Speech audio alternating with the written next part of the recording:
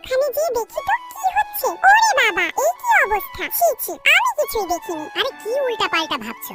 একে একটু গোসল করাচ্ছিলাম, কিন্তু একদমই কথা শুনছে ও না। তাই বলো। শোনো, কি বলছো? খরগোশের বাচ্চাগুলোর চোখ ফুটেছে, জলদি এসো দেখে যাও। বাহ, কি কিউট লাগছে এগুলোকে। ছোট বাক্সে ওদের আর জায়গা হচ্ছে না। দেখো, আমি এই পাথরগুলো দিয়ে ওদের জন্য একটা পাথরের ভিলা তৈরি করব। বাদ দাও তো, এই পাথর দিয়ে আবার কি হবে? বরং আমি বানাবো, তুমি আমাকে সাহায্য করো। ঠিক আছে, একটা কম্পিটিশন হয়ে যাক, দেখা যাক কারটা বেশি সুন্দর হয়। হারলে কিন্তু শাস্তি আছে। যে হারবে তাকে 10 দিন ওই শুকরটার পেছনে পরিষ্কার করতে হবে। ডিল, একদম রাজি। বাঁশগুলো দাঁত দিয়ে কেটে নি। বন্ধুরা দেখো, এখানে আল্লাহ তাআলার নাম আর এখানে শয়তানের ছবি। যারা আল্লাহকে ভালোবাসো তারা এখনই লাইক দাও এবং সাবস্ক্রাইব করো।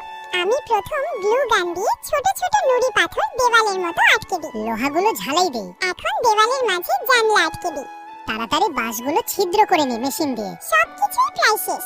এখন নিচে সবুজ ঘাসের কার্পেট বিছিয়ে দিই। আমি গুলো দিয়ে এগুলো ভেতর দিয়ে দিই, যাতে দেওয়াল বানানো যায়।